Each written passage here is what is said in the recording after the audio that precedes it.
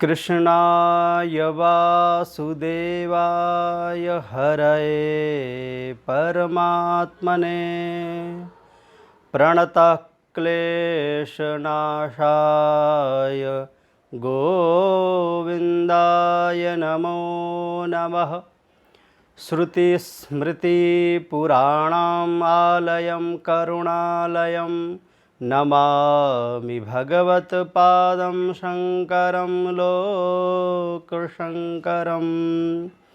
विश्वसर्गविसर्गादिनवलक्षणलक्षितं श्रीकृष्णाख्यं परं धामं जगधामि नमामि तत्।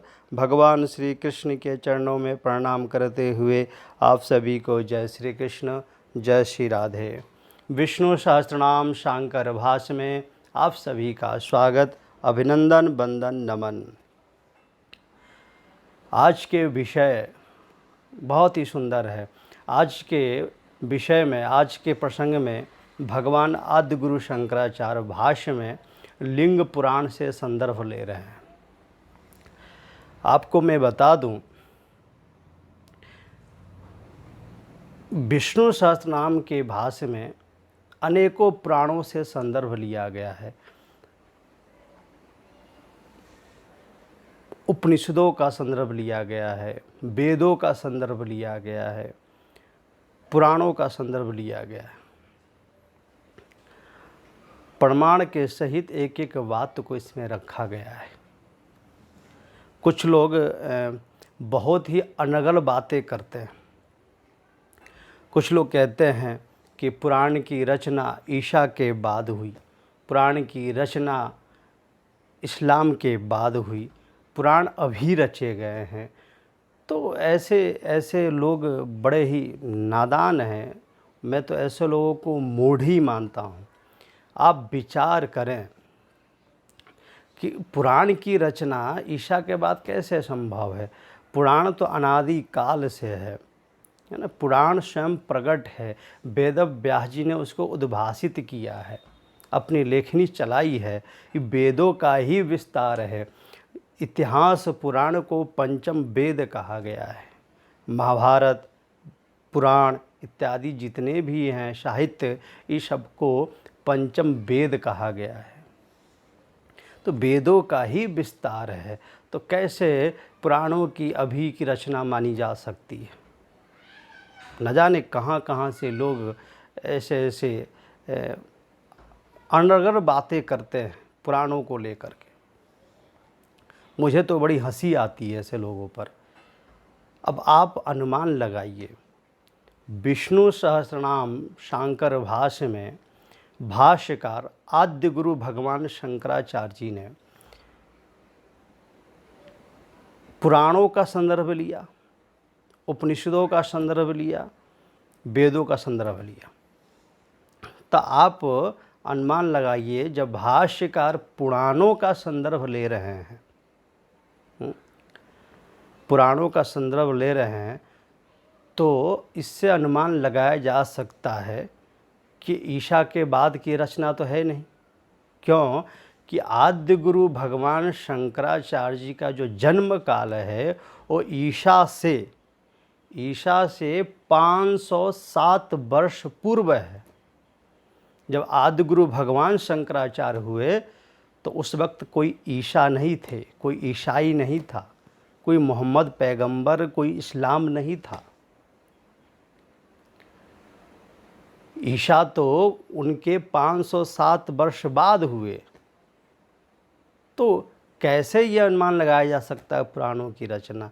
जब भगवान शंकराचार्य पुराणों का संदर्भ ले रहे हैं तो इससे अनुमान यह लगाया जा सकता है कि पुराण उनसे भी पहले है।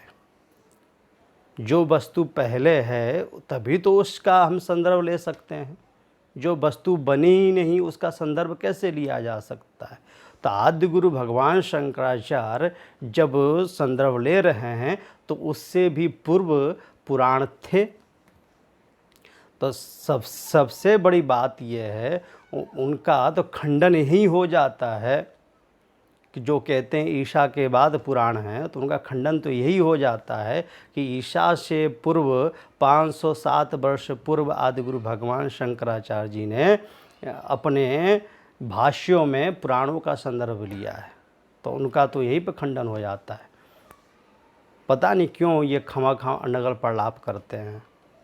चलिए, ऐसे लोगों पर विचार करना भी अपना समय गंवाना है।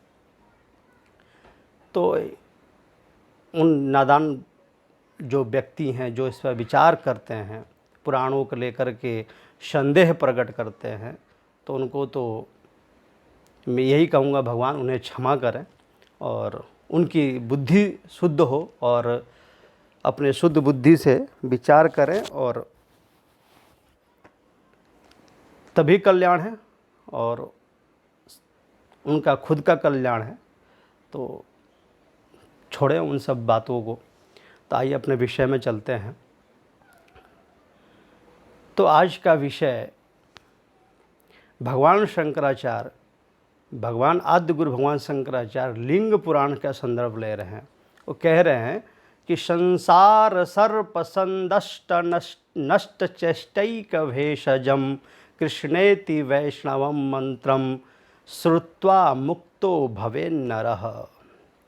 संसार सर्प संदष्ट, इसमें कहा गया है संसार की जो उपमा की ली गई है वह सर्प से की गई है। संसार की उपमा सर्प से की गई है। संसार रूपी सर्प, तो संसार रूपी सर्प अगर किसी को दर्श ले, देखिए संसार आपसे प्रारंभ होता है, दुनिया आपसे प्रारंभ होती है। आपकी दुनिया आपसे प्रारंभ है, आपका जो संसार है आपसे प्रारंभ है। आपने संसार को बुना है, वो आपने दुनिया को बुना है। तो संसार रूपी जो सर्प है, उसको माया कह लीजिए या अविद्या कह लीजिए, तो संसार रूपी जो सर्प है, अगर वह संसार रूपी सर्प किसी मनुष्य को दर्श ले, किसी प्राणी को दर्श ले, तो वह प्राणी निश्चेष्ट हो जाता है, उसकी चेष्टाएं खत्म हो जाती है।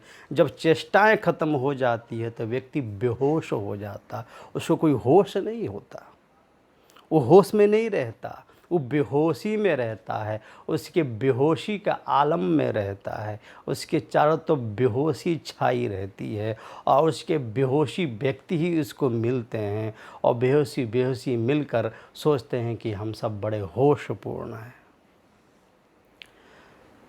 अगर किसी को काला नाग डस ले, किंग कोबरा डस ले, तो उसके बचने का उपाय है, लेकिन संसार रूपी सर्प किसी को डस ले तो उसको बचने का कोई उपाय नहीं है, क्योंकि व्यक्ति बेहोशी में आ जाता है, बेहोश पड़ जाता है। लेकिन कहते हैं कि डरने की कोई आवश्यकता नहीं है। अगर आप चाहें कि होश में आना, तब आप होश में आ सकते हैं। उसका एक ही उपाय है, उसका उपाय सिर्फ यही है, हरे कृष्ण कृष्ण कृष्ण हरे हरे, हरे राम राम राम हरे हरे। यही महामंत्र ही उसका औषधि है और कोई औषधि नहीं है। अगर नाग किसी को डस ले तो उसकी आयुर्वेद में औषधियाँ हैं,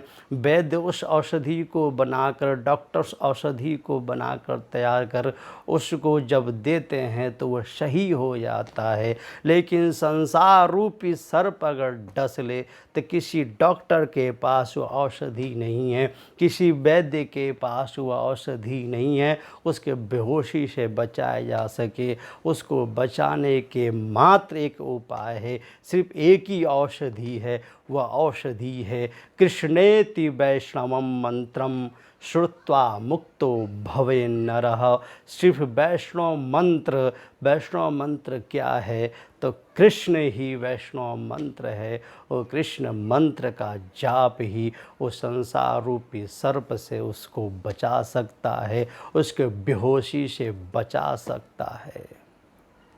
संसार सर्प संदष्ट नष्ट चेष्टैक भेषजम कृष्णेति वैष्णवम मंत्रम श्रुत्वा मुक्तो भवे नरः।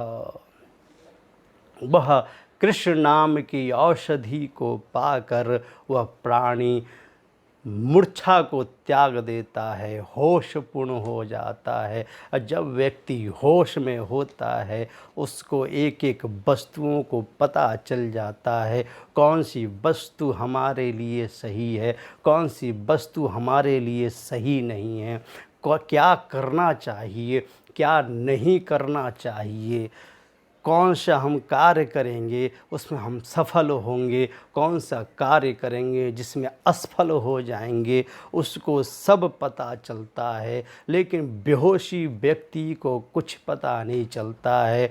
जब नशा में व्यक्ति होता है तो उसको कुछ नहीं पता कि वो बेड पे पड़ा है कि नाली में पड़ा है, या कुत्ते उसको चाट रहे हैं, या कोई उस पर थूक कर जा रहा है। उसको कोई होश नहीं होता, वो सड़कों पे पड़ा रहता है, उन नाली में गिरा रहता है, तो वो होश में नहीं रहता। लेकिन जो व्यक्ति होश में होता है उसको सब पता चल जाता है। नित्य अनित्य वस्तु विवेकः, नित्य अनित्य वस्तु का उसको ज्ञान हो जाता है। जब उसको ज्ञान हो जाता है तो अपनी मुक्ति अर्थात स्वतंत्रता की प्राप्ति के लिए वह प्रयत्न करने लगता है। जब प्रयत्न करता है उसके मार्ग स्वतः ही खुल जाते हैं और अपने मार्ग को प्रशस्त करता है। अपने मुक्ति स्वतंत्रता का जो मार्ग है, स्वस्ति पंथा मनुचरेम, है ना, जो आपके कल्याण मार्ग है, जो कल्याण मार्ग का जो जान लेता है, जो पथ को पहचान लेता है, उसका पथिक बन जाता है, वह व्यक्ति मुक्त हो जाता है। मुक्ति से तात्पर्य यह है कि आप जिंदा हैं लेकिन मुक्त हैं। आप जिंदा हैं लेकिन मुक्त हैं। मृत्यु के बाद तो कुछ नहीं है, जीते जी मुक्ति को पाना ही मुक्ति है। मरने के बाद कौन मुक्ति पाता है? मुक्ति तो जीते जी ही पाई जाती है। जब व्यक्ति मुक्त होता है उसके हर कार्य उसको सबके तरह लगेंगे, वो सभी के मध्य में रहेगा, सभी जो जैसे कार्य करते हैं सभी कार्यों को भी करेगा, लेकिन वो सभी से अलग रहेगा। वो जिस तरह से कीचड़ में कमल खिल जाता है ना, सूर्य की रोशनी पड़ते ही, सूर्य का प्रकाश पड़ते ही वो कमल जिस तरह से खिल जाता है कीचड़ में रहते हुए, उसी तरह ज्ञान रूप अग्नि का प्रकाश, ज्ञान रूप प्रकाश जब उसको पड़ता है वो तो खिल जाता है कमल के भांति और चारों तरफ अपनी खुशबू को फैलाता है। वह ज्ञान रूप प्रकाश क्या है? वो ज्ञान रूप प्रकाश स्वयं ज्ञान ही है। वह है कृष्णेति वैष्णवम मंत्रम, वो कृष्ण ही ज्ञान है। तो संसार सर्प संदष्ट नष्ट चेष्टैक भेषजम कृष्णेति वैष्णवम मंत्रम श्रुत्वा मुक्तो नरः, श्रुत्वा मुक्तो भवे नरः। तो व्यक्ति संसार से मुक्त होता है कि मन यु मनुष्याणाम कारण बंधन मोक्षयो, मन से ही बंधन है और मन से ही मुक्ति है। आप मन से ही कहीं बंधते हैं और मन से ही कहीं छूटते हैं। यहाँ तक कहते हैं जो पापी व्यक्ति है, जो पापी व्यक्ति है महाराज, पापियों में भी बड़ी कैटेगरियाँ हैं। बड़े बड़े पापी हैं, उन पापियों की पोजीशन है महाराज। हाँ बिल्कुल, पापियों का भी पदवी है। पापी, महापापी, अति पापी, है ना, उन पापियों का भी सरदार, हाँ, पातकी, उसका भी महासरदार महापातकी, ये जितने पातकी हैं ये पापियों के सरदार हैं। हाँ, पापियों के बॉस हैं ये। तो लिंग पुराण में कहा गया है कि ये पातकी कितना बड़ा क्यों न पातकी हो, कितना बड़ा ही पातकी क्यों न हो, अति पात युक्तोपि ध्यान निमिष अच्युतम, ध्यान निमिषम अच्युतम। कहा गया है अति पातक युक्तोपि ध्यान निमिषम अच्युतम। अति पापी, अति जो पापी है वह ध्यान निमिष अच्युतम, शिव भगवान का ध्यान निमिष मात्र कर ले तो क्या होता है, तो भूयस तपस्वी भवति, भूयस तपस्वी भवति पंक्ति पावन पावनः। निमिष मात्र भी अच्युत का ध्यान कर ले वह महापातकी तो वह भूयस तपस्वी, तपस्वियों में उसकी गणना होने लगती है। भूयोस तपस्वी भवति पंक्ति पावन पावनः, पंक्ति पावनों में को पंक्ति पावनों को भी पावन करने लगता है, पंक्ति पावनों को भी पावन कर देता है, उसकी भी गणना श्रेष्ठों में होने लगती है। पंक्ति पावन किसे कहते हैं, जो श्रेष्ठ हैं, जो श्रेष्ठ हैं। अब श्रेष्ठ की पंक्ति में आप बैठकर भोजन ग्रहण कर रहे हैं तो आपको महसूस होता है ना कि हम भी श्रेष्ठ हैं, तभी तो इनके पंक्ति में एक साथ बैठे हैं। और इनके साथ बैठने का तात्पर्य ये है कि हम भी श्रेष्ठ हैं। नहीं तो इन महान महान लोगों के साथ, इतने वीआईपी लोगों के साथ, इतने श्रेष्ठ जनों के साथ हम बैठ गए, ये हमारे लिए बहुत ही बड़ी बात है ना। तो पंक्ति पावन, तो एक बार जो भगवान का नाम ले लेता है, एक बार नहीं, निमिष मात्र, निमिषम अच्युतम। निमिष मतलब जानते हैं, निमिष कहते हैं पल को, पल कहते हैं पलक को। पलक झपकने में जितना समय लगता है उसको कहते हैं पल, निमिष। उस पल की भी बहुत गणना है, निमिष की बड़ी सूक्ष्म गणना है। उसकी गणना बहुत, क्योंकि हमारे शास्त्रों में काल की बड़े सूक्ष्मतम विचारों पर भी ध्यान किया गया है, ध्यान रखा गया है। काल की एक एक सूक्ष्म की गणना की गई है, सूक्ष्मता की भी गणना की गई है। अब निमिष है तो अब आप ये समझें, पहले निमिष किसे कहते हैं, परमाणु, ठीक है। तो जो परमाणु अविभाज्य है, परमाणु का विभाजन नहीं हो सकता, चाहे कितने भी साइंटिस्ट हों, चाहे कितने भी वैज्ञानिक हों, चाहे कितने भी खोज कर लिए हों, वह वैज्ञानिक भी, वह साइंटिस्ट भी परमाणु का विभाजन नहीं कर सकता। वो अविभाज्य है, विभाज्य नहीं है। तो परमाणु को भोगने में अर्थात परमाणु को पार करने में जितना समय सूर्य को लगता है, परमाणु को पार करने में जितना समय सूर्य को लगता है, उसको कहते हैं काल परमाणु, उसको कहते हैं परमाणु काल,